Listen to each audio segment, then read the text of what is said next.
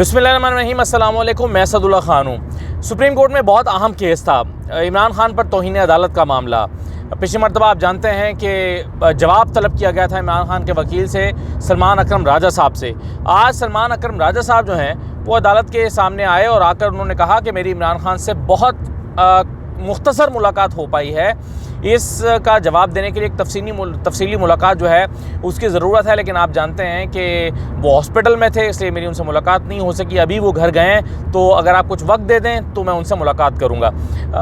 अब ये जो केस तौहीन अदालत का था, इसमें बहुत इम्पॉर्टेंट चीज़ें कुछ और हो गई, चूँकि ज़ाहिर है अब सिनेरियो बिल्कुल बदल चुका है।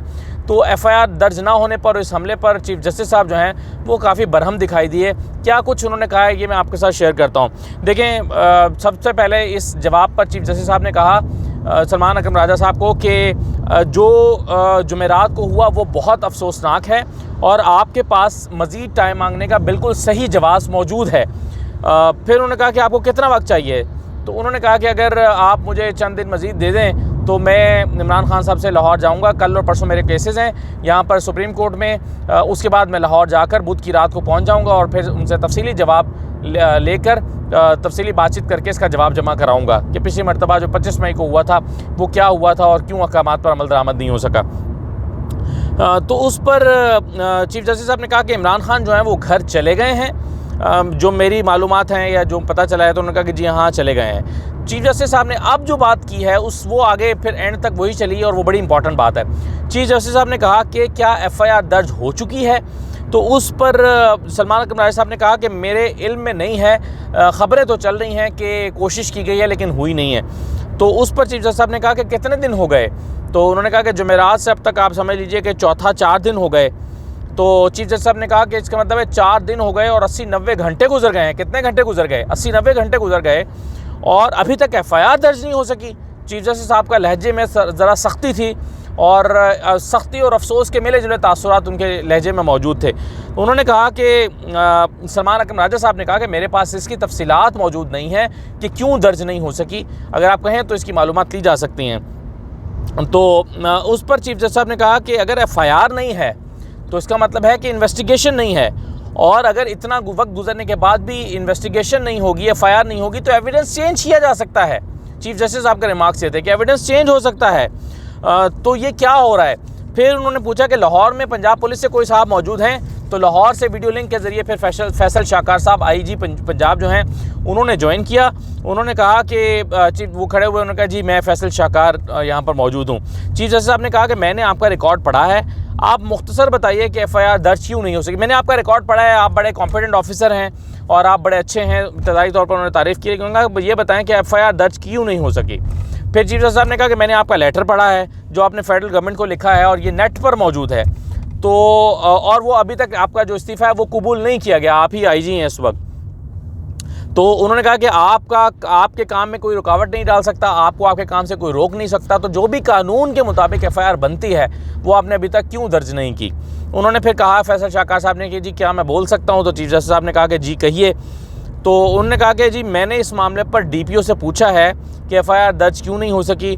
तो जो DPO ने बताया है वो ये है कि अभी तक कोई फॉर्मल FIR के इंदराज के लिए कोई फॉर्मल एप्लीकेशन ही नहीं आई है। हालांकि ज़ुबैर नियाज़ी साहब जो हैं वो घंटों बैठे रहते हैं FIR के इंदराज के लिए और वो कहते हैं कि जी हमें ये दरख्वास्त FIR की जो दरख्वास्त है वो कबूल करने के बाद आप हमें जो है वो इसकी रसीद दे दें, तो वो ये अभी तक नहीं दी गई। तो उस पर फैसल शाहकार साहब ने तो कह दिया आज कि जी कोई फॉर्मल एप्लीकेशन ही नहीं आई इंदराजा मुकदमा की। दूसरा उन्होंने कहा कि DPO साहब से मेरी बात हुई है, इस मामले को चीफ मिनिस्टर के साथ भी डिस्कस किया गया है and there are some hesitation in the content of this FIR।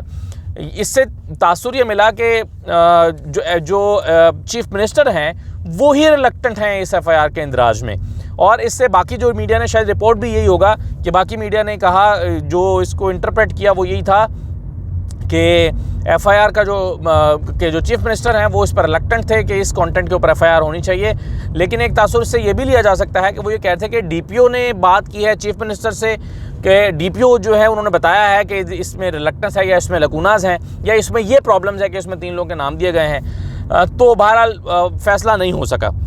तो उन्होंने कहा कि एक ऑप्शन तो ये है, फैसल शाहकार साहब ने कहा कि जो फैमिली है उनकी तरफ से एक दरख्वास्त आए और उस दरख्वास्त पर जो है वो हम मुकदमा दर्ज कर दें। तो चीफ जस्टिस साहब ने कहा कि आप हमें ये ना बताएं कि आपके पास क्या ऑप्शंस हैं और क्या ऑप्शंस नहीं हैं, हमें बताएं कि ये कैसे होगा।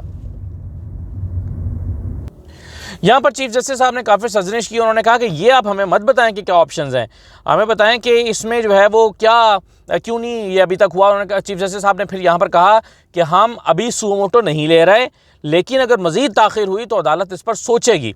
और उन्होंने कहा कि कानून के मुताबिक इस पर अमल दरामद होना चाहिए।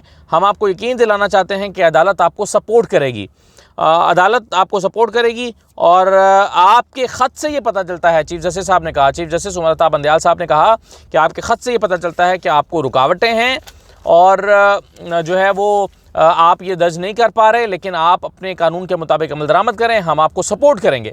अब इससे तासुर ये मिलता है कि भाई एफआईआर की दरख्वास्त जिस तरह से आई है, जिन लोगों के नामों के साथ आई है, आप उसको दर्ज करें और अगर आपको कोई प्रेशराइज़ करता है या कोई प्रॉब्लम आता है तो हम आपको सपोर्ट करेंगे। इस जुमले से चीफ जस्टिस साहब के इस जुमले को इस तरह से लिया गया है या इसका ये मतलब निकाला गया है। जितने लोग वहाँ पर मौजूद थे, वकाला मौजूद थे, उनकी अंडरस्टैंडिंग यही थी कि ये कहा गया है।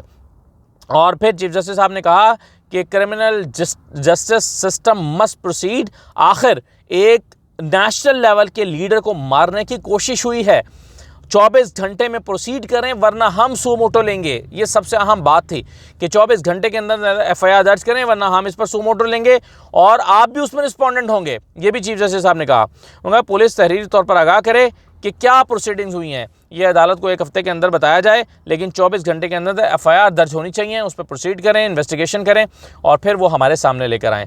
तो ये आज जो है वो हुई है। इस पर मैं बाद में कुछ पीटीआई के वकला खड़े हुए थे, तो उनसे जब ये सवाल हुआ, मैंने उनसे पूछा कि फैसल शाहकार साहब तो कह रहे हैं कि अभी तक इंदराज मुकदमा की कोई दरख्वास्त ही नहीं आई, तो आप कह रहे हैं कि एफआईआर दर्ज नहीं हो रही। तो उस पर उन्होंने कहा कि फैसल शाहकार साहब ने ये झूठ बोला है।